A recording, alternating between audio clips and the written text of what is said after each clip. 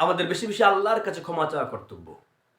আমাদের চোখের গুনাহ, হাতের গুনাহ, মুখের গুনাহ, চিন্তা চেতনার গুনাহ সহ ভয়াবহ যে অপরাধগুলি আমরা করি, যেগুলি আল্লাহ নিষেধ করেছেন, সেগুলি থেকে আল্লাহর কাছে বেশি বেশি পরিত্রাণ কামনা করা আমাদের কর্তব্য। বিগত যে কোনো শতাব্দীর চাইতে বর্তমান সময়ে আমরা বেশি গুনাহ করি। আমাদের গুনার কোনো লিমিটেশন নাই। এক সময় মানুষ বাইরে বের হলে পারে জনতার উপস্থিতি তেমন ছিল না। এখন আমরা যে জায়গায় বসবাস করি, বাড়ি থেকে বের হলে কয়েকশো মানুষ আমাদের চোখের সামনে পড়ে। হাতের মোবাইলের মাধ্যমে আমরা যে অপরাধগুলি করি, বিগত শতাব্দীতে তা কল্পনার ঊর্ধ্বে ছিল। মানুষের কল্পনার জগতেও কল্পনা করার মতো বিষয়গুলি ছিল না। অতএব বিপরীত শ্রেণীকে দেখা, বিপরীত শ্রেণী কল্পনা করা, বিপরীত শ্রেণীর সাথে মিশা, পুরুষ হিসেবে মেয়ের সাথে, মেয়ে হিসেবে পুরুষের সাথে ফ্রি মিক্সিং পরিবেশ আমাদের সোসাইটিকে গ্রাস করে ফেলেছে। আমরা স্বতন্ত্র সকলের প্রয়োজন পূরণের ব্যবস্থা করতে পারি নাই। আল্লাহকে বেশি বেশি ক্ষমা চাওয়া উচিত অপরাধের জন্য। কি লাভ হবে? আল্লাহ নবী নূহের কথা কোট করেছেন কোরআন মাজিদে। কি লাভ হবে দেখো। নবী নূহের সময় মানুষ যে অপরাধ করতো, নিশ্চয়ই এখনকার চেয়ে অনেক কম অপরাধ ছিল, তবে শিরক ছিল অনেকের মাঝেই। শিরকটা নিশ্চয়ই অনেক বড় অপরাধ। নবী নূহ ইস্তিগফার করার ব্যাপারে তার সম্প্রদায়কে যা বলেছিলেন, আল্লাহ সে কথা কোরআনে কোট করেছেন। আল্লাহ বলছেন, তিনি বলেছেন, ফাকুলতু ইস্তাগফিরু রাব্বাকুম ইন্নাহু কানা গফফারা। তোমরা আল্লাহর কাছে বেশি বেশি ক্ষমা চাও, নিশ্চয়ই তিনি ক্ষমাশীল। ইউরসিলিস সামাআ আলাইকুম মিদরারা। তিনি তোমাদের জন্য আকাশ থেকে প্রয়োজনীয় বৃষ্টির ব্যবস্থা করে দিবেন। যে জনপদবাসী আল্লাহর কাছে বেশি বেশি ক্ষমা চাবে, তাদেরকে আল্লাহ বেশি বেশি ক্ষমা করবেন।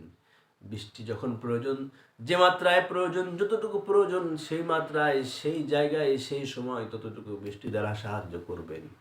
ফাকুলতু ইস্তাগফিরু রাব্বাকুম ইন্নাহু কানা গফফারা। তিনি বলেছেন, আমার সম্প্রদায় আল্লাহর কাছে বেশি বেশি ক্ষমা চাও, নিশ্চয়ই তিনি ক্ষমাশীল, গফফার।